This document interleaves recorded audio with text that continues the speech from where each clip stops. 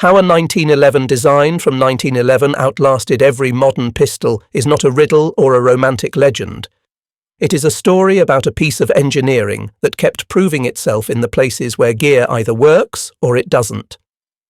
Begin with a simple image, a slab-sided sidearm resting on an oil-stained bench. It looks plain, it looks old, it looks like something time should have passed by. Then you see the marks. The slide whose serrations have been gripped 1,000 times, the barrel throat polished by careful hands, the hammer that falls with the same clean intent as it did more than a century ago. There are newer shapes in the gun store case, lighter frames, larger magazines, and polymer frames that promise the future. Yet again and again, across more than a century of war zones, police armories, competition podiums, dusty ranches, and quiet nightstands, the 1911 keeps showing up, and more importantly, keeps doing the job. The reason begins with purpose. The design did not emerge to win a style contest. It was created to solve a specific problem, put a reliable fight-stopping sidearm into the hands of people whose lives depended on it.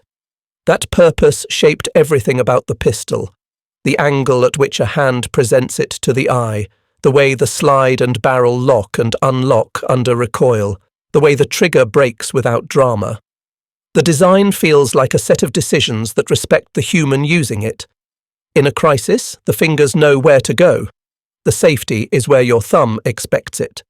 The grip encourages a straight-line press. The result is an old machine that still speaks a modern human language. Consider what old usually means in technology.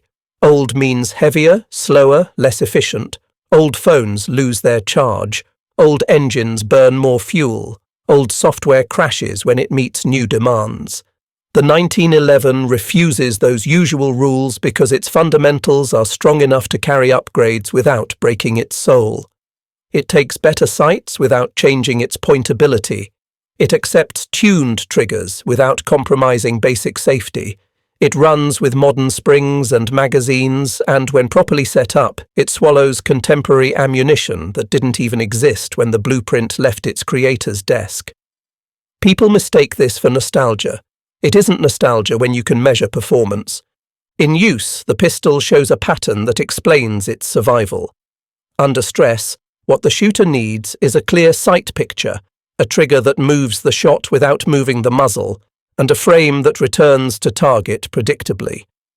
The 1911 answers each need with an almost boring consistency. The single-action trigger has a short, crisp travel that rewards good technique. The steel frame soaks and channels recoil rather than passing it forward in a snappy, unpredictable way. The bore sits in line with the wrist, so the muzzle flips and then comes home, the way a taught habit returns. The more you repeat the cycle, the more the tool feels like an extension of the hand that holds it. Durability is not a single number. It is a system of choices. The 1911s slide and barrel lock together under recoil via locking surfaces that prefer alignment over brute force. The lugs and the link do their quiet work, guiding the barrel up and down on a repeatable path. The extractor, a simple spring steel hook, demands correct tension and rewards it with dependable extraction. The ejector kicks the empty out into the air the same way every time.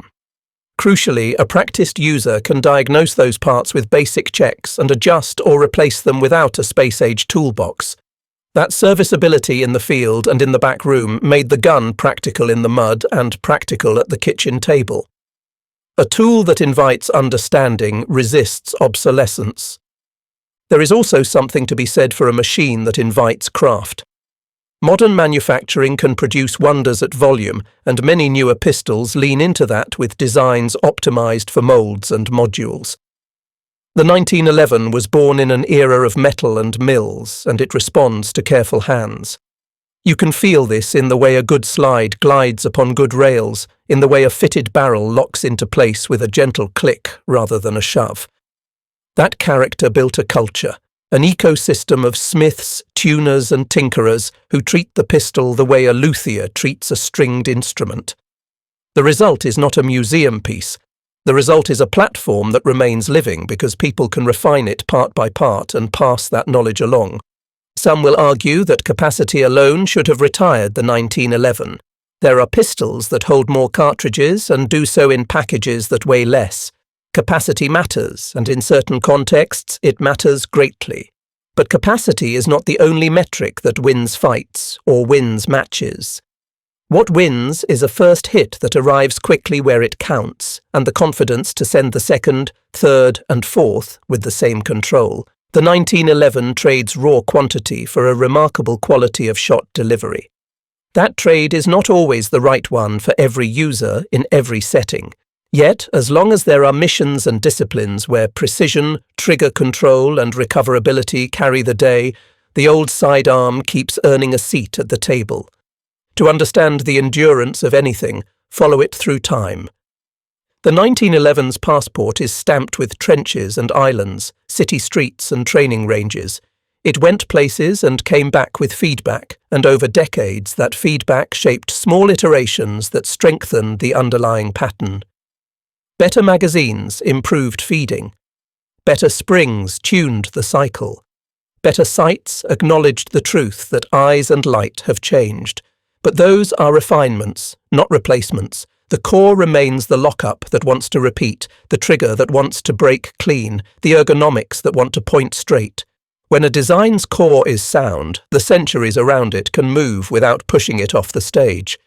There is also the matter of trust. People trust the 1911 not because a story told them to, but because they or someone they trust has watched it work. That trust can feel like law, but it is built upon practical experience. An officer who qualifies cleanly with it, a competitor who learns that their best score arrives when the press is effortless, a rancher whose varmint problem ends with a single deliberate shot, a veteran who remembers the shape on their hip and the sounds it made when field stripped on a cot. These are narratives, yes, but they are also data points collected across spanning years and countless hands. A machine that accumulates trust at that scale gains a kind of momentum that spec sheets cannot erase. If you pick one up today, the surprise is how modern it feels. The lines are classic, but the way it points is contemporary. The safeties are positive. The controls make sense. The slide rides with purpose. It is the opposite of a curiosity. It is a benchmark. New pistols are welcome and often excellent, but they are excellent in conversation with a standard set long ago. The 1911 remains in that conversation because it still speaks clearly when asked to do the simple, hard thing. Place a bullet where the sights sit again and again, with a trigger that behaves and a frame that returns. The claim that a design from 1911 outlasted every modern pistol is not a boast about age. It is a recognition that longevity in tools comes from choices that honor the user and the task. The next pages will trace how those choices were made. They begin with an inventor who understood both the physics of recoil and the realities of hands under pressure. They continue through trials where failures mattered more than marketing. They pass through wars where mud, rain, and stress tore masks off weak ideas. They step into factories that had to build to a tolerance at a pace the world had never seen. And they keep going, because this is not a relic's tale. It is a living design's biography. The road starts where one mind and one need met in a shop more than a century ago. That meeting produced a shape that still matters. That is why the old pistol is still here, ready to speak for itself, one press at a time. Imagine the problem without the solution. Soldiers at the turn of the 20th century carried sidearms that did not always fire when dragged through dust and water, that kicked oddly in the hand, that required the sort of grip and reload technique better suited to a calm table than a frantic alley. The brief given to a certain inventor was not poetic. Build a handgun that would run when it counted, deliver a decisive hit, and do so in a way ordinary hands could repeat. The man who took that brief seriously was John Moses Browning, a builder's builder who treated function as the first law. In this story, the 1911 is not an accident of time. It is the outcome of a process in which failure was material to success. Start with the way Browning looked at recoil. He understood that if the barrel and slide could travel together for a short distance before unlocking, the energy of a fired round could be managed rather than merely endured. That insight sounds simple. Executing it so that the parts meet, separate, and meet again with repeatable harmony is the work of a deep mechanical mind. His solution guided the barrel to lock into the slide via matching surfaces, and then, after a brief controlled rearward movement, to tilt down just enough to release. The slide continued rearward to eject the spent case and cock the hammer. A spring then drove it forward to strip a fresh round, lift the barrel back into lock, and reset the cycle for the next shot. Nothing magical, nothing mysterious. But the geometry had to be right, and the timing had to be right, or else the system would punish the user more than it helped. Next, appreciate what Browning did with the trigger. He chose a single-action mechanism with a straight-back press. That decision shifted the user's mental load at the moment of truth. Instead of wrestling with a long or stacking pull that could drag the sights or break someone's confidence, the shooter felt a short movement and a crisp break. The hand could focus on holding the picture rather than negotiating with the mechanism. Safety was not ignored, it was relocated into parts that the thumb and grip could manage clearly. A frame safety that clicked on and off under the strong thumb. A grip safety that demanded a real firing grasp. The firing pin stayed still until it was told to move. The pistol was honest, ready when you were, safe when you weren't. Ergonomics did not exist as a buzzword then, but the inventor behaved as if it mattered.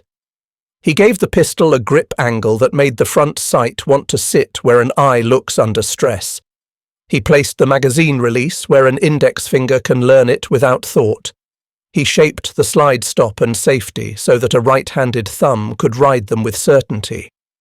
These choices make the gun feel natural years before people began to speak of natural point of aim or map human factors on whiteboards.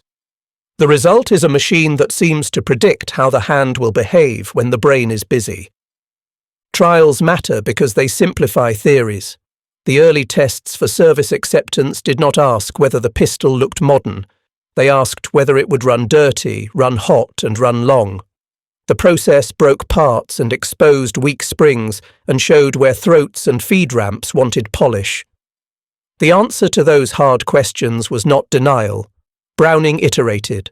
Surfaces were adjusted, heat treatment improved, small tolerances were respected, large tolerances were given where dirt would live. Feed geometry learned to accept a cartridge's approach rather than force it through a narrow gate. By the time the design earned its place on the belt of a soldier, it had been through cycles of correction that hardened both the steel and the pattern. What makes this birth story different from the myth of a genius sketching a masterpiece in one take is that it celebrates the dull work of testing. The pistol that would become the 1911 was shot until weak choices revealed themselves. It was dropped, dragged, and fed until the design team knew more about its temper than they wanted to know.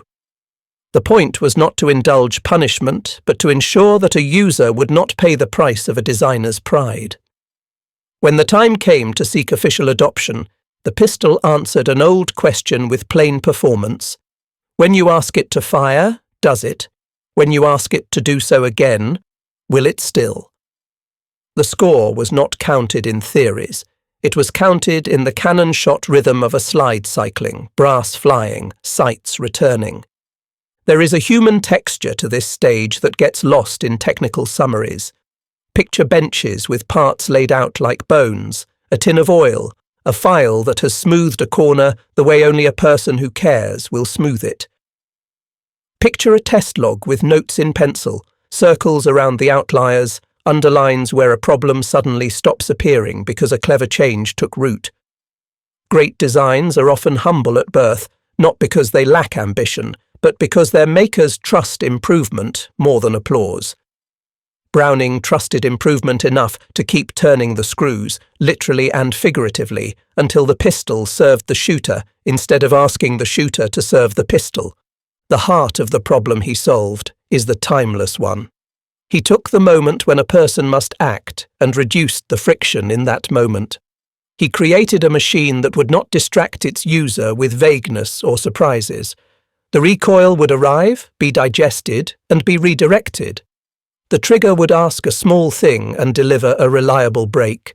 The sights would sit where the eye already wanted to go. Safety would be active when the hand was not, and dormant when the hand said, now. In doing so, he did something few designers do. He made a tool that would welcome both a raw recruit and a master. That dual welcome is why the design never stepped aside when fashions changed. It was not built for a trend, it was built for a task. When people today hold a well-made example, they often comment on how inevitable it feels, as if no other configuration could have existed. That inevitability is the surest sign of good engineering. It pretends to be obvious only after someone has worked very hard to remove all the paths that did not work. The 1911 wears that inevitability lightly. It does not show off, it simply runs. The pages ahead will follow it into environments where theory ends and results begin, where mud and stress and time press their own tests. Out there you will see why the birth mattered, and why the design problem Browning solved has not gone out of date, because the human problems it answered have not gone out of date either. A good machine becomes a legend only if it keeps its promises under weather and fear. The early decades of the 20th century supplied both. The 1911 went from benches to battlefields in a world that asked too much of everyone and everything. In muddy trenches, on coral islands, in choking dust, and later in thick jungle, the pistol faced the test every practical tool must face. Not whether it could win a laboratory argument, but whether people could bet their lives on it when things fell apart. The result of that test is written into the way veterans talk about the sidearm. It is not poetry, it is memory sharpened by stress and made simple by time. The trenches of the First World War were a cruel teacher. Mud made a sport of fine tolerances. Cold turned oil thick and fingers numb. Men learned quickly that anything with a complicated mood was an enemy. The 1911's virtues were ordinary and therefore special. The slide moved, the barrel unlocked and relocked, the empty case left, the hammer reset, the next round arrived, and the sights came back. When it did not, the reasons were usually honest and fixable. A spring had tired and could be replaced. An extractor had lost tension and could be corrected. A magazine had been bent and could be swapped. The pistol did not hide its state. It signalled it, and a trained user could read and resolve it. That openness is rare in machines and priceless in war.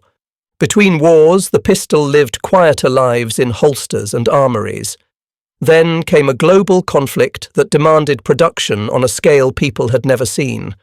On islands and in cities, across ships and airfields, the 1911 accompanied rifles and submachine guns as the last answer in close places. The conditions varied wildly. Salt air wanted to eat steel, sand wanted to grind it, heat wanted to thin oil into nothing. Yet the pattern of reports stayed consistent. The sidearm felt familiar. It punished sloppy maintenance less than most. It rewarded clean basics. The sights were simple but readable. The trigger gave an honest break under noise and fatigue. A user who had rehearsed could call their shots and get back on the front sight faster than the situation deserved. Later, in conflicts that were not openly declared wars, the pistol kept finding roles. In jungles where rain turned gear sour and in cities where doors had to be opened, it kept its seat. People who needed precise, deliberate shots in short spaces favoured it because it allowed them to own the moment. Its size was not a virtue for concealment, but its size, weight and balance were virtues for control. In the chaos of short-range violence, it delivered repeatable sight pictures in hands shaking with adrenaline. This is not romance, it is a pattern of results, retold by those who had no patience for tools that wasted their focus. A machine that travels through such harsh neighbourhoods accumulates folklore, and folklore attracts myths. The reality is plainer and more impressive. The pistol did not perform miracles. It did what it was built to do when kept within its design envelope and treated with ordinary care. When people run any mechanical system outside that envelope, using ruined magazines, running without lubrication for too long, feeding oddly shaped cartridges through neglected throats, they invite stoppages. The difference here is that when the 1911 complained, it usually did so in ways the user could read and address. A failure to extract that pointed to tension, a failure to feed that pointed to a magazine, a slide that did not lock that pointed to a nub of metal that wanted a touch. That practicality under stress is one reason people who had to solve problems in equipment cages and tents became loyal to it. They could keep it alive with simple means. The war testing also hardened preferences. Units that cared about precise first-round hits in tight quarters favoured the crisp single-action break.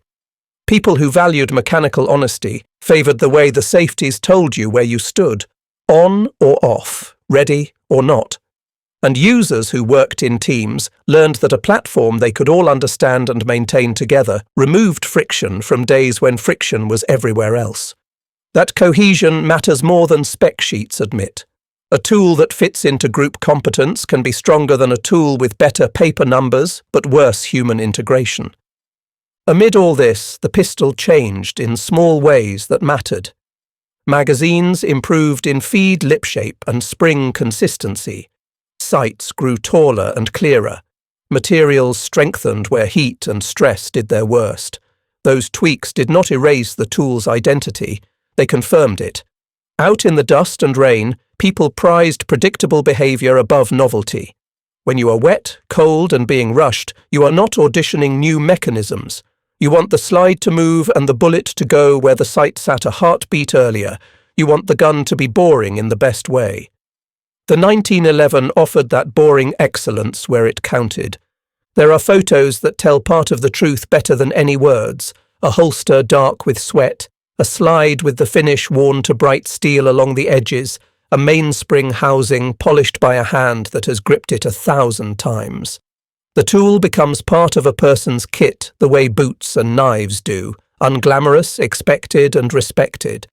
When people pass on gear to those coming up behind them, they do not pass on things that needed constant special pleading. They pass on what worked.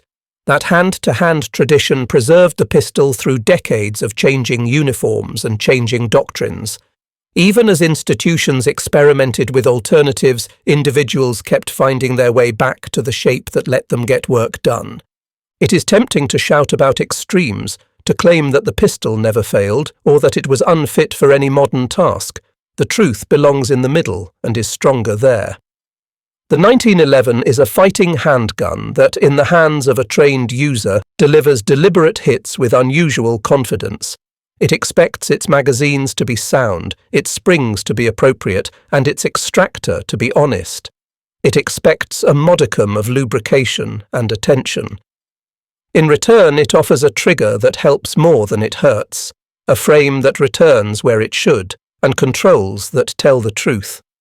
In hard places, that trade built reputations more durable than stories.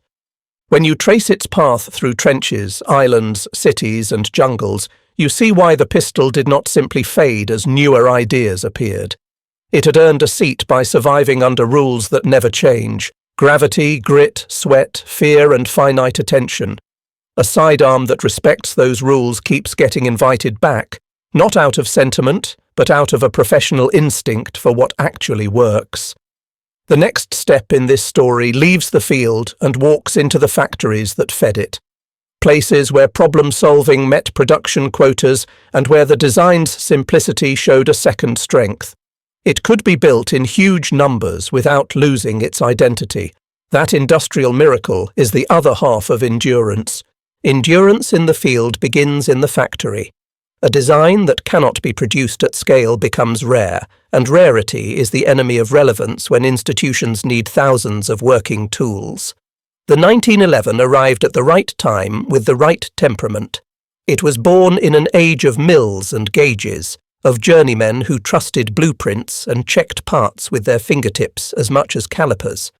When the world later demanded numbers that made managers dizzy, the pistol did not flinch because its core geometry welcomed repetition.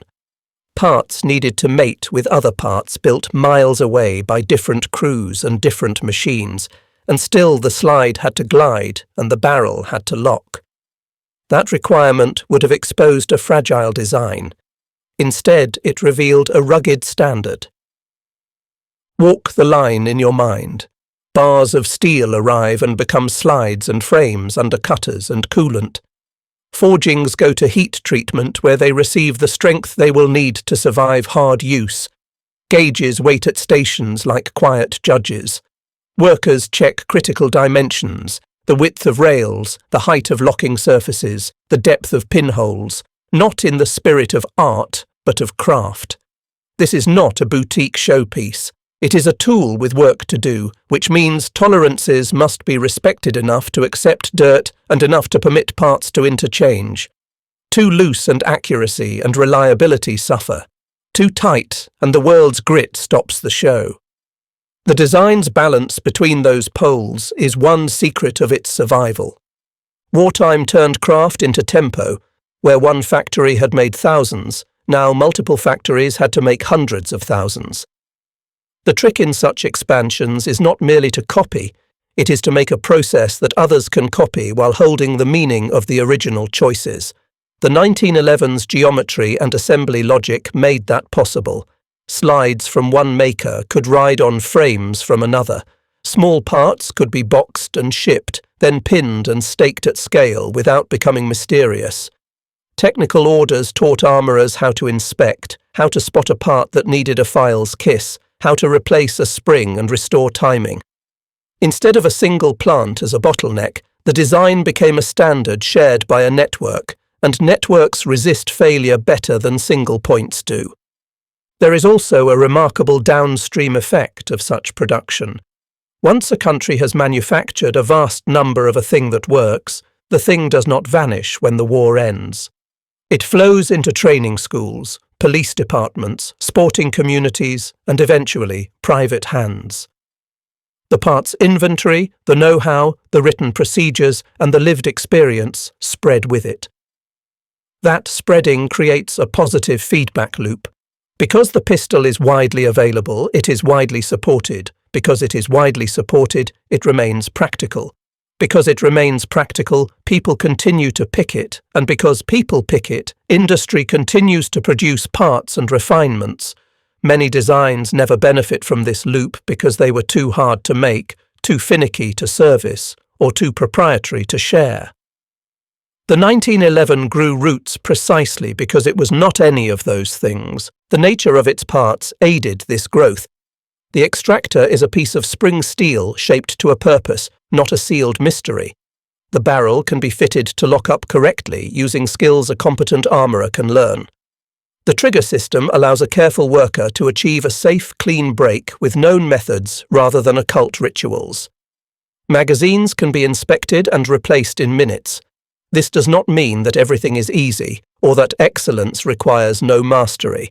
It means the pathway from "this gun is not running right" to "this gun is running right" is walkable in a small shop, on a base, or in a garage with a vice and patience.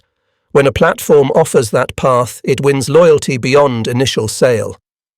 Post-war industry did something else that mattered. It kept learning.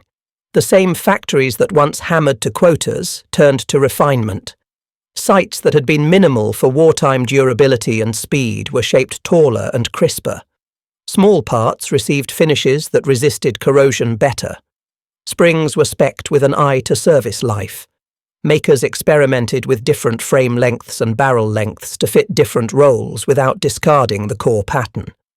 Those evolutions fixed real annoyances and added real value, yet they did not ask users to relearn how to run the gun. The manual of arms stayed the same. The hand still found the safety in the same sweep. The press still felt like a clean promise kept. Economics matters too. A platform with many sources of supply becomes affordable in a way that draws in new users. Entry-level versions help people join the conversation. High-end versions demonstrate what the pattern can do when every fit is chased and every surface polished. In between, a broad middle offers practical tools that run. That spectrum means a single design can live in many ecosystems at once: duty belts, competitive circuits, custom shops, and collectors' safes. Very few mechanical patterns manage that range without fracturing into incompatible tribes. The 1911 keeps its community relatively coherent because a shared language of parts and practices ties the ends together. When you move beyond production and look at repair culture, you see another reason the pistol stayed present while others faded. In many places, the 1911 became the curriculum. New armourers learned on it. New shooters learned on it. When a thing becomes the class, it becomes the baseline against which other things are measured. That baseline is a powerful form of inertia, but it is not lazy. It is earned by a platform that rewards the time people put into it. The more one learns about how the parts dance, the more one can keep them dancing. A design that invites education resists obsolescence because it creates its own teachers. None of this denies the strengths of modern production methods or newer materials. It simply explains why an older pattern did not evaporate when those methods and materials arrived. The 1911 could be cast, forged, machined, coated, and finished with a mix of vintage and current processes without losing its identity. It could be built tight for target work or a little open for duty grit. It could accept a spectrum of aftermarket parts that let users tailor feel and function. The factories could adapt, and the users could adapt, and between them, the pistol kept a living heartbeat. If endurance in the field is the first half of the story, and endurance on the line is the second, then the complete picture is a feedback loop between the two. Soldiers, officers, competitors, and citizens used the gun, sent their experience back up the chain, and the factories responded with production runs that kept faith with those lessons. That is how a tool ages well. It listens, quietly, through the hands that rely on it and the hands that build it. The next stage in this narrative explores how law, policy, sport, and culture helped preserve that loop. How the pistol moved from wartime necessity into peacetime normalcy without losing the seriousness that made it matter. Laws change how tools live. Policy opens or closes doors. Markets decide what survives between those doors. After the factories quieted and uniforms went home, the sidearm born in an age of steam entered a world ruled by procurement memos, qualification standards, liability language, and the weekend rhythm of public ranges.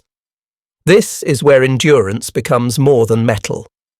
It becomes a cultural contract renewed across decades by people who vote with budgets, with training hours, and with habits.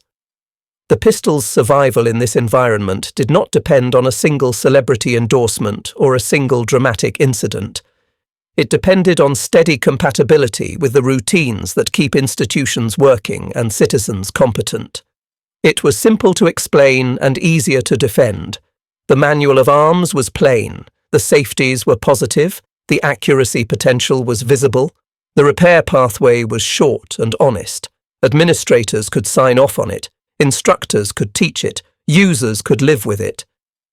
Surplus was the first quiet ally. When large institutions step away from equipment after war, they leave behind inventories measured in warehouses, not shelves.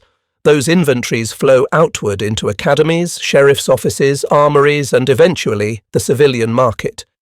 The sidearm travelled with those waves and met armourers who already knew its personality. Parts bins existed. Technical guides existed. Old hands existed. When a patrol division needed a replacement extractor, there was no mystery about the part's shape, tension, or test. When a recruit class needed baseline instruction, there was a library of drills, diagrams, and cautions already worn smooth by repetition. Continuity is not glamorous, but it is power. It let the pistol avoid the danger that ends so many designs, becoming rare enough to be inconvenient. Training policy formed the next foundation. Qualification courses reward honest triggers and predictable sight return. A platform that breaks cleanly and settles quickly turns nervous first-timers into passable shooters and good shooters into reliable ones. Departments that needed measurable improvement for limited expense discovered that the pistol's ergonomics and single-action geometry were efficiency multipliers. They also discovered that the platform's transparency, visible parts, readable malfunctions, straightforward field stripping reduced time lost to mysterious problems. The design did not ask for exotic fixtures, sealed housings, or proprietary tools. It asked for attention, care, and a handful of common spares. That is the kind of maintenance story supervisors can live with. Sport transformed all of this from rumour into public evidence. Matches put timers, targets, and scores in the sunlight. When a platform repeatedly produces tidy groups and fast follow-up shots in ordinary hands, spectators notice. As competitive circuits grew, safety conventions and range commands mapped neatly onto a manual of arms that rewarded discipline. The pistol's control surfaces encouraged consistent draws, clean safeties, and decisive presses. The trigger allowed shooters to call shots rather than guess them. The scoreboard, cold, dull, and incapable of flattery, kept telling the same story. In events that prize accuracy under time, the old outline still delivered. That scoreboard then leaked into policy meetings and purchase committees where anecdotes are weak and numbers win. Law also shapes survival by describing negative space. Jurisdictions impose rules about features, dimensions, modifications, storage, and transport. The platform's structural simplicity made legal compliance practical without mutilating function. If a barrel needed to be longer for a given rule, the locking geometry still harmonized. If sights needed to change, they could grow taller or clearer without disturbing fundamentals. If administrators demanded conspicuous positive safeties, the design nodded. It already had the language built in. When the legal climate is a weather system that wanders, adaptable platforms keep their shape through the seasons. This one adapted without losing its working identity. Then there is liability. Rarely the headline in heroic stories, always the subtext in real ones. Agencies want equipment that behaves consistently and generates predictable training outcomes. Insurers want mechanisms that are widely understood, thoroughly documented, and easy to audit post-incident. A platform with a century of procedures, a deep instruction culture, and a clean firing sequence reduces uncertainty. When something goes wrong, investigators can separate user error from mechanical fault because the mechanism is not a black box. When nothing goes wrong, administrators can point to training hours and testing records that match the platform's demands. That confidence does not sell magazines at the newsstand, but it keeps budgets signed and holsters filled. Civilian culture completed the triangle of law and policy. A generation learned to shoot on this platform at quiet ranges where someone patient said, check, clear, grip, sight, press, reset. The pistol became a seminar on fundamentals disguised as a piece of metal. Its mass taught wrists not to collapse. Its trigger taught fingers not to yank. Its bore line rewarded a straight push and a calm return. Students who saw their groups shrink formed loyalties that lasted longer than advertising cycles. They grew into range officers and grandparents, mentors and buyers, and they repeated the process with new hands. That's how designs outlive eras. They become a habit people are proud to pass on. Meanwhile, the market evolved. Polymers and high-capacity frames took their rightful place, but rather than fight the tide, makers of the older pattern defined a different promise: refined control, tuned precision, and workmanship that rewards care. Entry-level versions welcomed newcomers into competence at approachable prices. Mid-range duty builds offered honest reliability without drama. Premium examples showed what the geometry could do when fitting and materials were chased to the brink. Because the pattern scaled from plain to exquisite without becoming a different machine, it created an internal ladder that users could climb as their skills and budgets grew. That ladder bound the community together. Everyone spoke the same parts language, even if they lived on different rungs. Media fed this, gently and steadily. The pistol came to represent adult responsibility rather than novelty, something a serious character wears when competence is part of the story. Representation shapes expectation. The more the sidearm appeared in contexts that honoured discipline and control, the more it drew people who wanted precisely those virtues in their own kit. Culture is a market force with better manners. It builds preference that budgets then confirm. When you stitch these threads together, surplus, policy, sport, law, liability, culture, you see why an early century outline stayed present in a late century world. The design did not survive by accident. It survived because the environments that retire tools could not find a reason to retire this one. It was easy to justify in a courtroom, effective to prove on a range, economical to keep on an armourer's bench, and satisfying to teach with on a Saturday morning. It became common ground among officers, competitors, and citizens who might disagree about nearly everything else. Common ground is rare. When a machine helps create it, that machine earns time, and time is the only final authority on whether a design truly endures. Endurance is not a slogan. It is the quiet mathematics of parts that want to work together. The pistol's long life can be traced through a handful of components that behave like a well-rehearsed ensemble. None of them is glamorous alone. Together, they resolve recoil into rhythm, friction into glide, and human intention into repeatable shots. Start with the conversation between slide and barrel.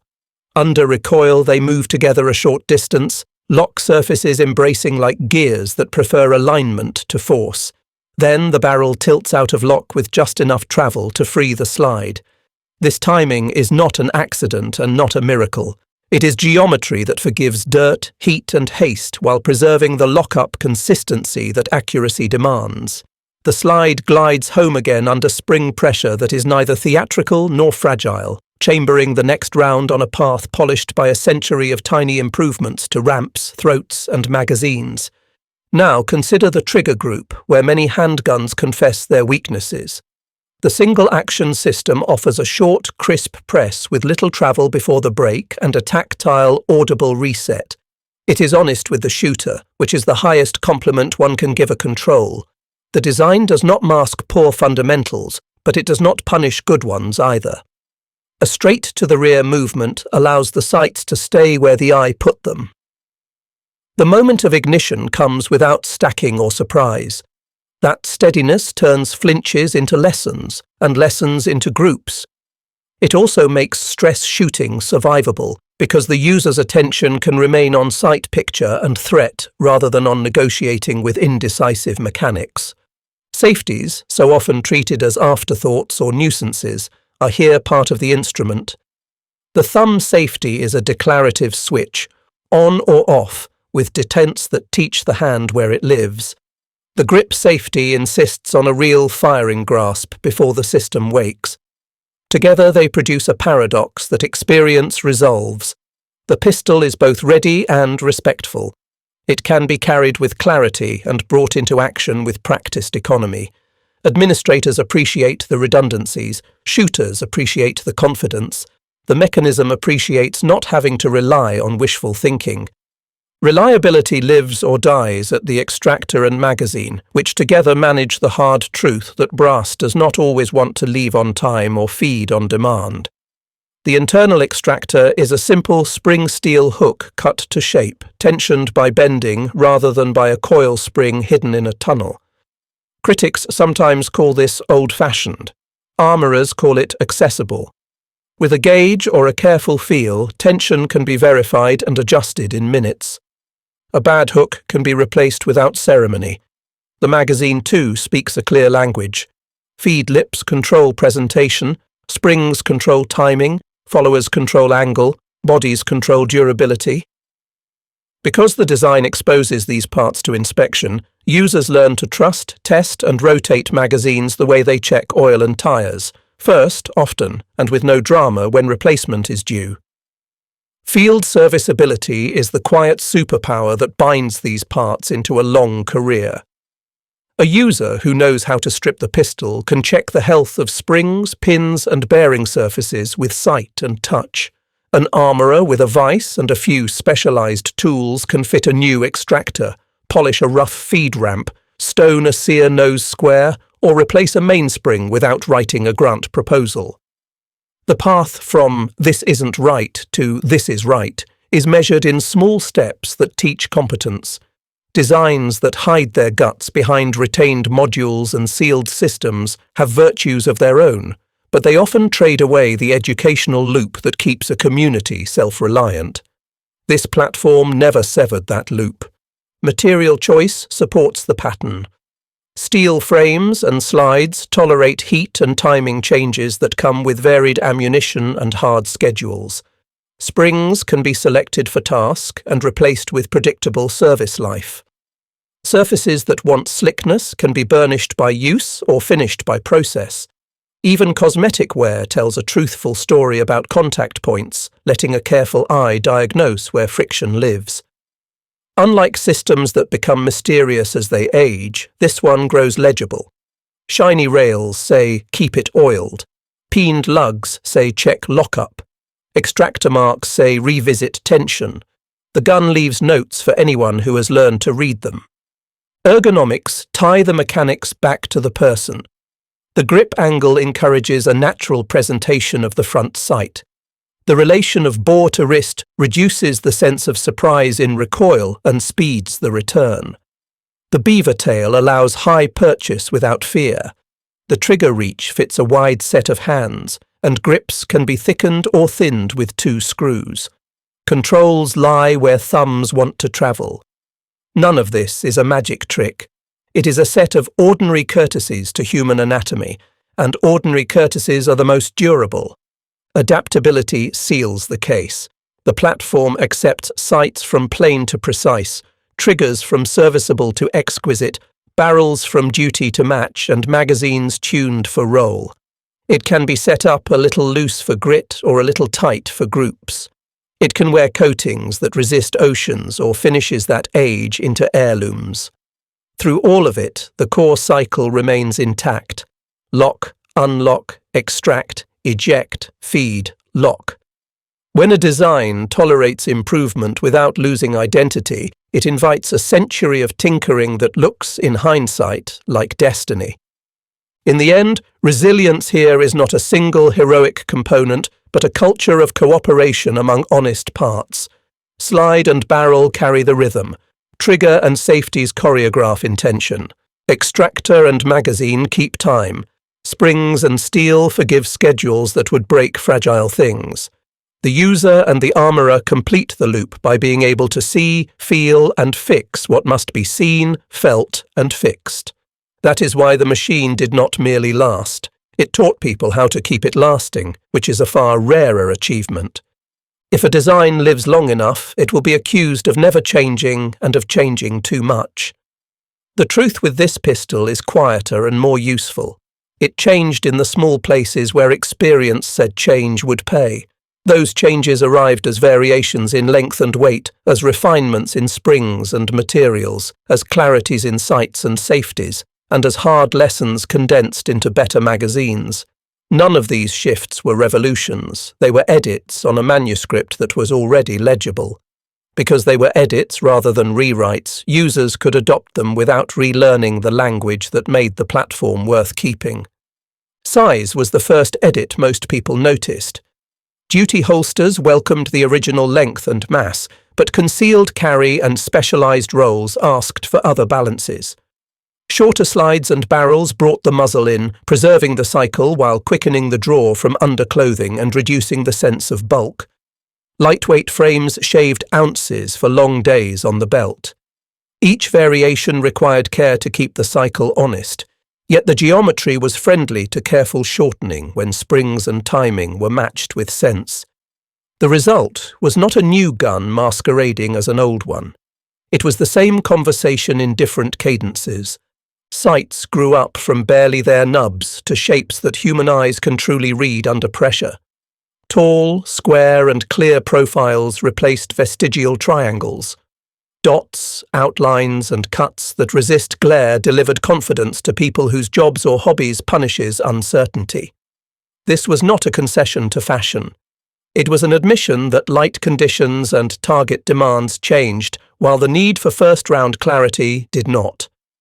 With better sights came better shooting for average hands, and nothing lengthens a platform's life more reliably than making average hands feel above average. Triggers moved along a parallel path from acceptable to instructive. Factory presses gained consistency. Aftermarket options allowed over-travel and pre-travel to be managed responsibly. Sear and hammer hooks met with geometry that made crispness repeatable and safe. Here again, the changes did not ask shooters to learn a new logic. They asked them to refine their touch and were willing to reward it. When a user can feel their improvement translate into shot placement, loyalty becomes a rational emotion. Magazines might be the most boring subject with the most dramatic consequences. Lips of the right shape, followers that stay level, springs that refuse to take naps, and bodies that do not sharpen themselves into feed lip cracks. These are not glamorous topics for glossy covers, but they determine whether a session is confidence-building or confidence-destroying. Decades of attention to these dull details rescued an entire family of pistols from myths born in the bad old days. As magazine makers standardized and tested, a huge percentage of inherited complaints disappeared, and the platform's story returned to what it always should have been. Does the cycle sing under pressure? The answer became yes more often, because the box in the grip was finally as serious as the gun around it. Materials took their turn. Heat treatment matured from craft intuition into reliable process. Small parts that once peened early held their faces. Springs earned reputations for living through schedules that would have broken their ancestors. Finishes protected steel against sweat, salt, and time. None of this changed the silhouette that people loved. It changed the service intervals and the confidence curve. Owners stopped wondering whether their pistol was a delicate classic and started treating it as a durable partner again. Controls also learned new manners. Safeties gained shape that a thumb could find and ride without thought. Beavertails grew to welcome high grips without bite. Checkering and texturing evolved from afterthought to planned feature, letting hands command the frame in rain and recoil alike. Slide stops and magazine releases received attention that made reloads more certain and less theatrical. Every place the human and the machine touched was examined for friction, and friction was reduced without erasing feedback. The gun remained talkative. It just stopped interrupting. Manufacturers experimented with feeds and throats to broaden the diet. Ammunition changed across the decades, and guns learned to meet it halfway. Polished paths, sensible angles, and smarter magazine presentation turned once fussy combinations into non-events. The design retained its preference for quality ammunition and quality magazines, a preference every serious platform shares, but its tolerance for variety rose in step with user expectations. This is how a machine keeps pace without pretending to be new. Through all these edits, the manual of arms stayed the same. Draw, safety down, sights, press, reset, safety up. Field strip. Inspect what wear is trying to tell you. Replace what is tired before it lies to you. Grease the places that slide and oil the places that pivot. Run it and learn its voice. The rhythm never changed, and because the rhythm never changed, improvements could be layered without bewildering the people who had already paid their dues. In a world of churn, the platform offered the rare luxury of continuity. What emerges from this evolution is not the triumph of novelty, but the triumph of attention. Makers listened to armorers. Armorers listened to shooters. Shooters listened to targets. Targets, as always, told the truth. That truth nudged dimensions, brightened sights, stiffened springs, clarified safeties, and cleaned up magazines until the small parts of performance added up to a large feeling.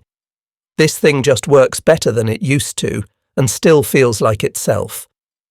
That feeling is the quiet definition of a classic that refuses to quit.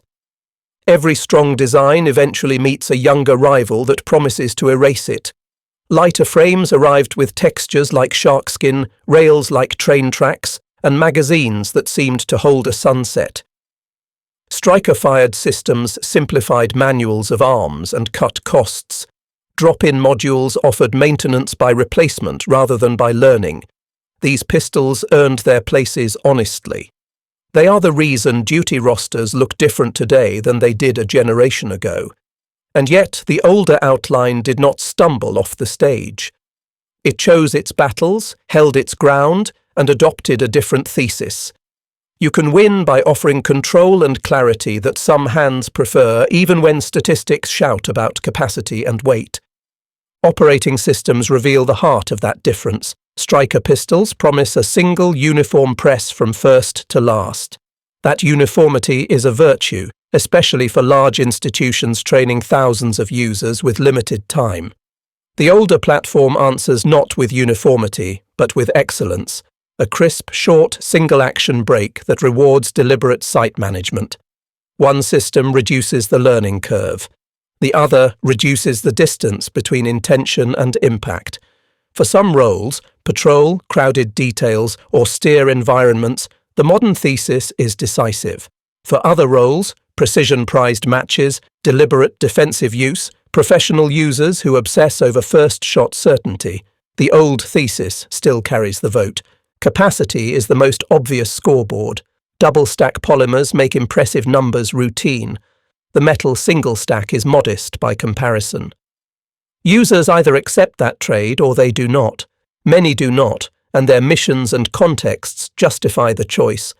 But capacity is only one part of sustained effectiveness. The weight and balance of steel, the bore line's relationship to the wrist, and the trigger's honesty create shot-to-shot control that can make smaller numbers play larger on the clock. The question is not, how many can it hold, but how reliably and accurately can I deliver the ones I have before I must reload? Different answers are right for different people, and the market is broad enough to permit both truths.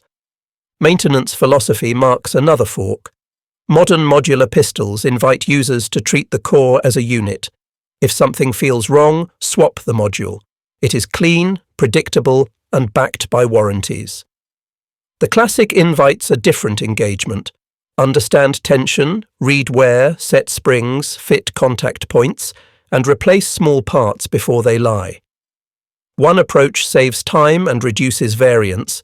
The other cultivates competence and offers the satisfaction of mechanical literacy. Plenty of shooters prefer the first. Enough prefer the second to keep the older pattern in robust circulation. The difference mirrors wider cultural choices about devices, sealed and simple, or open and knowable.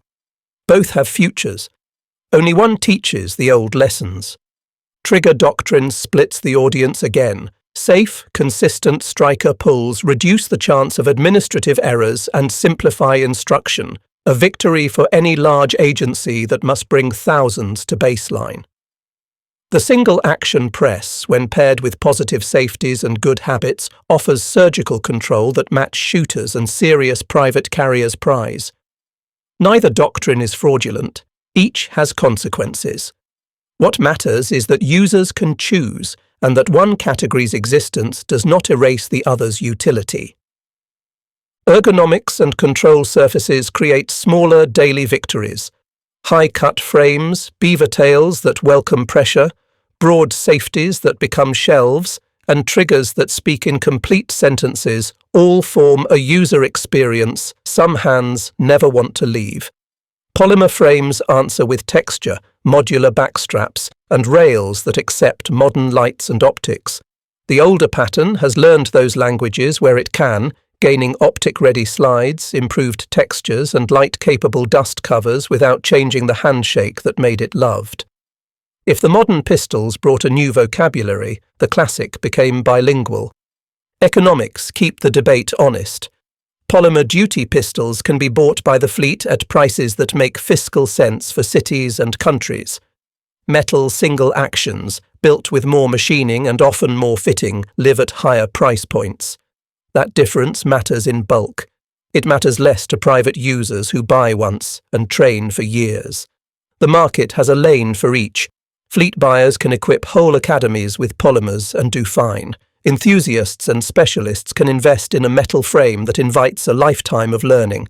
There is room for both lanes, because the lanes serve different traffic. When the dust settles, what remains is specialization, not surrender. Modern striker pistols dominate roles where simplicity, capacity, and price weigh most. The older sidearm endures in roles where controllability, trigger excellence, and mechanical legibility create advantages money cannot easily buy.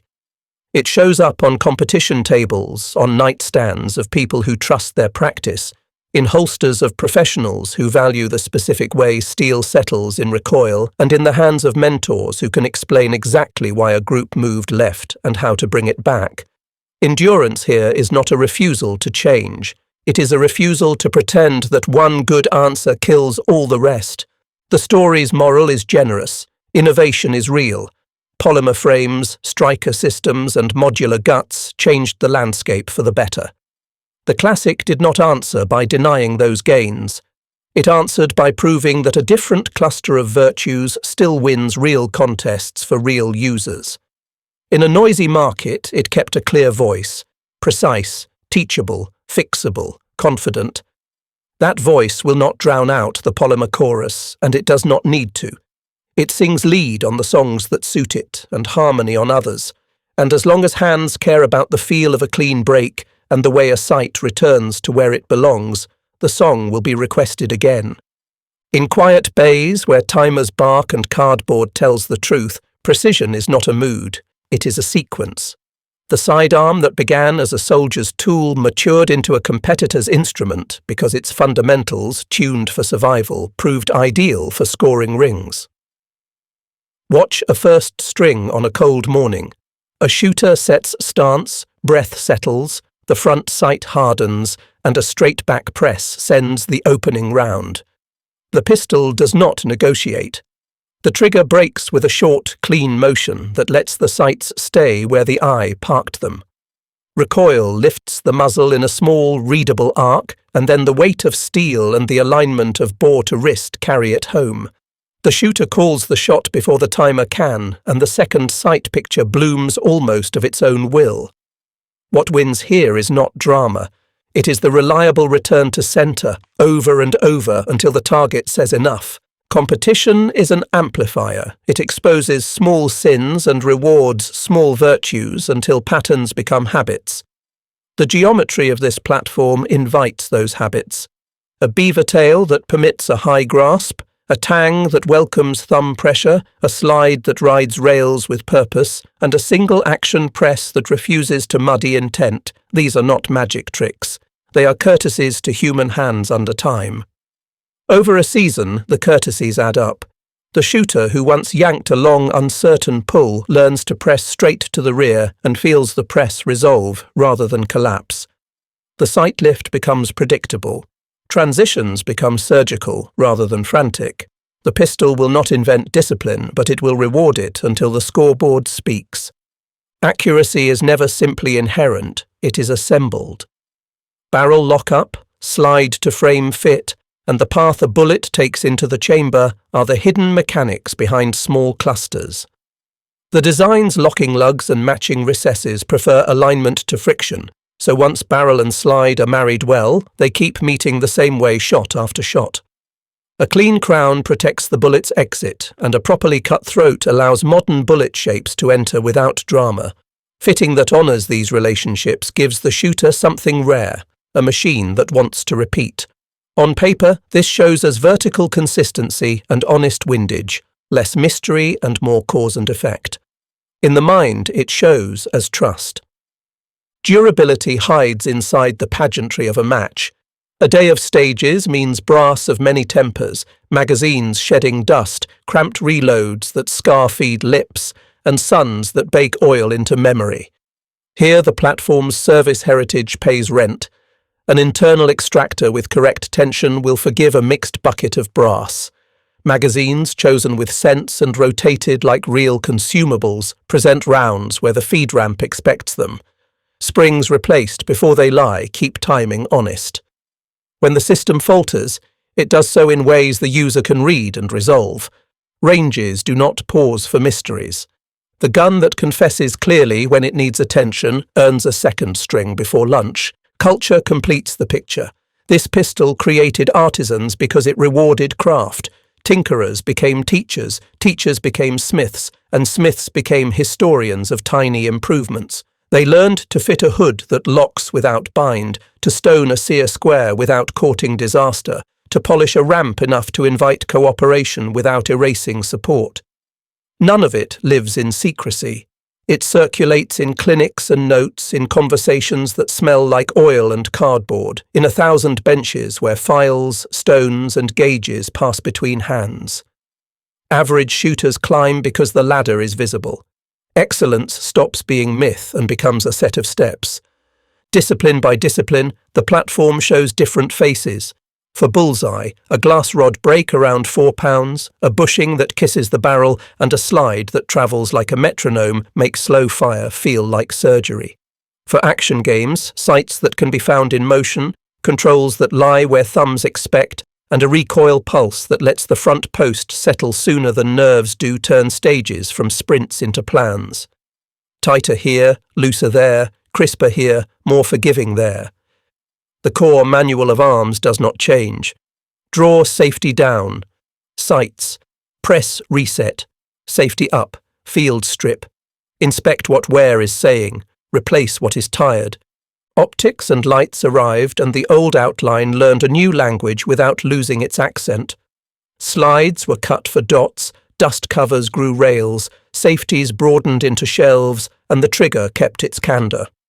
The result is a bilingual instrument, modern in interface, classical in feel. Shooters who step in for the red dot often stay for the way a clean break teaches restraint. Shooters who arrive for the break leave with an appreciation for how a crisp dot on a stable frame makes time aggressive and points generous. The conversation between sight and finger remains the point. The pistol's job is to make that conversation loud. The stubborn, simple argument for this platform in competition is that it tells the truth. It does not flatter sloppy inputs, and it does not punish good ones. It takes the shooter's intent and turns it into holes that cluster when the work has been done. Trophies and plaques are the public proof. The private proof is quieter. The sense, walking back to the car at dusk, that the machine was a partner rather than a variable. Tools that give that feeling do not retire. They get handed to the next set of hands, along with range notes and a promise. Do the work, and this will meet you halfway. A design that lasts a century does not merely exist, it creates work. Around this pistol grew an economy of benches and lights, stones and mics, parts drawers and back orders, all of it sustained by a simple fact: the platform rewards care with measurable results. In other words, it is worth tuning because tuning shows up on paper, on timers, and in muscle memory. That prospect turned curious owners into apprentices and apprentices into professionals until a scattered set of individual benches became a culture with addresses, reputations, and waiting lists. Walk into one of those shops and you will see the script in steel. Slides are checked for parallel rails and their relationship to frames. Barrels are tried for locking depth and hood fit, lugs blued and cycled to read contact. Triggers are measured not only for weight but for shape, pre-travel, and the crispness of release. The smith knows that a flat face can change a shooter's finger language and that a consistent reset can cut tenths off splits without cutting control. None of this is mystical. It is a checklist that begins with safety and ends with the way the front sight behaves after the shot. The bench is where tolerances stop being numbers and become handshakes. Parts suppliers thrive because the platform is transparent. If a sear nose is chipped, you can see it. If an extractor has lost tension, you can measure it and restore it. If a magazine has died, you can diagnose whether the spring, follower, lips or body is the culprit and replace the failing piece rather than rewrite the entire story. This granularity invites specialization. One shop becomes famous for barrels that lock like bank vaults. Another earns a name for triggers that break with the same sentence every time. Yet another becomes the place where battered duty guns leave with fresh springs and a promise to keep cycling long after their finish has told the truth about years of work. The devotion industry does more than make nice things for enthusiasts. It sustains institutional competence. Armourers at agencies and schools learn on a platform whose problems are legible. They are taught to recognise the sound of a tired recoil spring, the marks of a peening lug, the clues left by a rough breech face. Because these clues are visible and correctable, budgets stretch. A handful of springs, a drawer of small parts, and a relationship with a regional shop can keep a fleet running. When a design is this fixable, it remains fiscally defensible, even in offices that count every dollar twice. Customization does not always chase glamour. Sometimes it chases forgiveness. A beaver tail reshaped to welcome a true high grip prevents bite and encourages consistency. A safety with a broader shelf gives the thumb a place to live and makes on-off changes declarative. Sights with honest daylight around the front blade allow aging eyes to define edges fast. Checkering that bites enough in rain without chewing hands on long days increases control without extracting blood. The smith who makes these edits is not serving vanity. They are serving predictability under stress. Then there is the culture of documentation. Good shops keep logs. They note the poundage of springs going in, the condition of parts coming out, the dimensions as received and as delivered. Over time, these logs become textbooks written in oil. Patterns emerge. This brand of magazine hates this follower. This ammunition shape prefers this throat angle. This timing set runs forever at this recoil spring weight and lies at that one. When a customer claims their gun suddenly started to do something, the log often explains what really changed and when. Institutional memory in a drawer is one reason the platform never collapses into rumour. The economics of entry and ascent matter too. A newcomer can buy a plain example that runs, then climb a ladder of improvements as skill and budget allow. First come sights you can see and springs you trust, then a modest trigger job from a bench with good references. Later, a fitted barrel, maybe a tightened slide, maybe a beaver tail that fits the hand you actually have. At each rung, the gun feels more like your instrument, and at no rung must you start over. The same geometry receives each improvement and keeps paying dividends. All of this activity, benches, parts, logs, ladders, forms a backbone for the wider community. Matches flourish because guns can be kept running between weekends. Duty rosters stay sane because maintenance is predictable. Instructors have something to teach beyond replace the module, and students leave with literacy rather than only compliance. That literacy sticks. It creates shooters and armourers who can read any machine more carefully, who understand why certain malfunctions mean one thing and not another, who become better custodians of every tool they touch. The devotion industry is, in the end, an economy of trust. Customers trust the bench because the bench returns pistols that tell the same truth faster. Benches trust the design because the design rewards craft. Institutions trust the whole ecosystem because it catches small problems before they become big ones. That triangular trust is why an outline from another century still has invoices to print and lists to work through. It is not nostalgia keeping the lights on. It is the daily proof that care, applied to a willing machine, keeps producing results worth paying for. To weigh a machine's survival honestly, stack its reasons on a table and see if they hold together. Durability, serviceability, and ergonomics are not marketing categories here. They are the three pillars that kept metal relevant when trends tried to push it aside. Start with durability, because nothing else matters if the system will not live. A steel slide and frame with known heat treatment give predictable fatigue margins. Locking surfaces that engage deeply and release cleanly resist peening when springs are chosen with sense. The recoil cycle is long enough to digest stout loads, short enough to keep timing brisk and forgiving enough to tolerate modest neglect. You can tell when the machine wants attention because contact points declare it: bright rails, softened lug corners, extractor hooks that lose bite. A platform that announces its needs in visible ways simplifies stewardship. Serviceability turns those announcements into action. Field stripping demands no drama and few tools.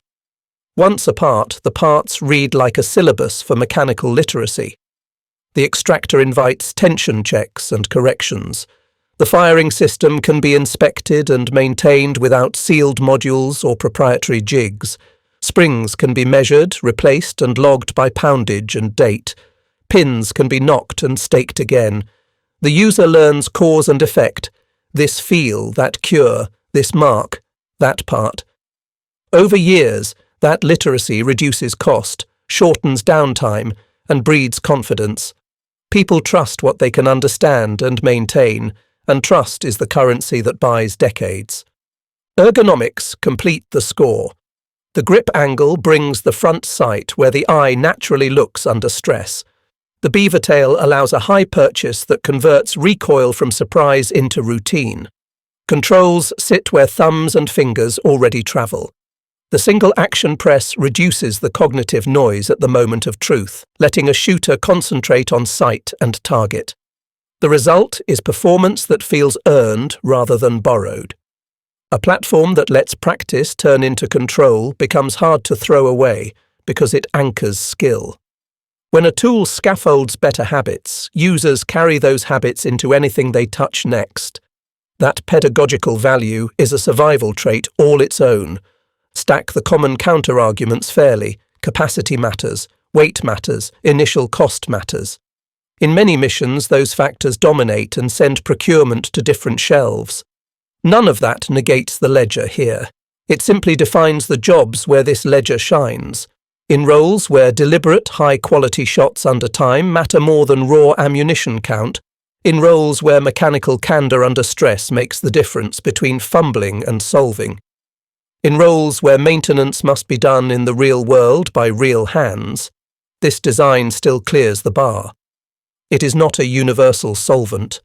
It is a proven answer to a well-defined set of questions that keep being asked. Now stack the supporting ecosystem. A century of parts means scarcity is not the problem. Manuals and logs mean knowledge does not vanish when one expert retires.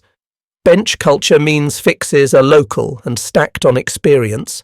Competitive circuits mean constant public testing that punishes magical thinking. Duty rosters mean daily reality checks by people who care more about results than about arguments. Each piece reinforces the others. The gun teaches the smith teaches the shooter teaches the institution, and the institution keeps the gun in service long enough for the next generation to learn. It is a self-healing loop that many designs never achieve. Finally, consider the intangible but repeatable sensation that owners of durable tools recognize. You rack the slide and feel the rails agree. You press through slack and meet a wall that breaks without wobble. You watch the front sight lift and return to the notch like a pendulum. The machine speaks in a consistent accent. That sensory consistency lowers stress and raises standards. People make fewer panicked corrections. They call more shots. They accept responsibility faster because their instrument is not gaslighting them. In the arithmetic of survival, that kind of confidence is not romance. It is a practical edge. The accounting ends where it began, with a simple test of whether a machine, asked to do an old job in new decades, can still deliver without special pleading. This one does, because steel lasts when shaped wisely, because service is simple when the design is honest, and because hands learn faster when the controls tell the truth. Tools with those properties do not retire when catalogues change. They wait on the bench, ready to prove it again. A design that reaches 100 candles and still finds cake has something to teach. Its legacy is not a museum label. It is a set of choices that continue to appear, sometimes openly and sometimes as quiet echoes in new work. Start with the most obvious. locking geometry that favours alignment over force. Many modern barrels and slides meet and part along paths that mirror the old conversation, move together long enough to manage recoil, unlock without tearing, return to a repeatable marriage. The physics did not change when polymers arrived. The vocabulary of reliable lockup remained persuasive, and designers kept speaking it. Trigger philosophy is another inheritance. Even when a new pistol moves to different firing systems, the hunger for a clean, consistent break remains. Makers spend real effort shaping contact points and cams so that users feel a wall and a clean resolve rather than a wobble and a surprise. That is the old lesson wearing new clothes. The more you reduce cognitive noise at ignition, the more you free attention for sight and context. Shooters will always pay attention to a design that helps them do that, and creators who want loyal customers will always chase that feel. Human factors make up the third lesson. Controls that lie where thumbs expect, safeties that speak in declarative clicks, frames that accept a high grasp without punishing the hand. These are not nostalgic niceties. They are durable truths about anatomy under adrenaline. The older outline codified them in steel. Newer outlines repeat them in different materials, shapes and scales. When a design respects the hand repays the favour with competence, and competence creates affection that survives catalogue cycles. You can feel the lineage when a modern pistol points naturally or when its controls operate like a sentence with punctuation. Service logic is a quieter inheritance. The culture that grew around the old platform, inspect, diagnose, correct with small parts before small problems become big, still lives wherever armourers are allowed to be more than module swappers. New designs that expose critical parts to inspection and permit measured, documented maintenance win fans among the people who keep fleets alive. That is not a romantic constituency. It is the cadre that decides whether a tool is a headache or a partner. The older pistol's openness created that cadre. Modern makers who caught it are borrowing more than aesthetics. There is also a lesson about adaptability without losing identity. Over the decades, the platform wore better sights, different springs, improved magazines, fresh finishes, a rail here, an optic cut there, and yet it never asked users to relearn their hands. That is a trick new designs should envy. The market loves novelty until it has to train it. The machines that last are the ones that accept upgrades while protecting muscle memory. Continuity is a feature. Designing for continuity is an art. Finally, there is a cultural legacy that data can describe but not exhaust. The pistol became a common ground where people who value discipline and care recognize each other. It turned ranges into classrooms and benches into labs. It let a plain tool be a mentor, teaching correct presses and honest resets, teaching patience and cause and effect. New designs that want to endure would do well to ask how they can also teach, rather than merely function. Tools that tutor their users become more than products. They become companions that people defend in rooms where budgets are cut and lists are rewritten. How a 1911 design from 1911 outlasted every modern pistol is, in the end, a story about respect, for physics, for hands, for service, for craft, for learning, and for time. The legacy is not that everything should now be steel and single action. The legacy is that clear problems deserve clear solutions, that honesty in mechanisms creates honesty in users, and that a machine which repays care with performance will never truly be old. Designers borrow these lessons even when they would rather boast about something new. Shooters feel these lessons even when they cannot name them. And the pistol that taught them waits calmly on the bench, as it always has, ready to go back to work the moment someone says, "Show me."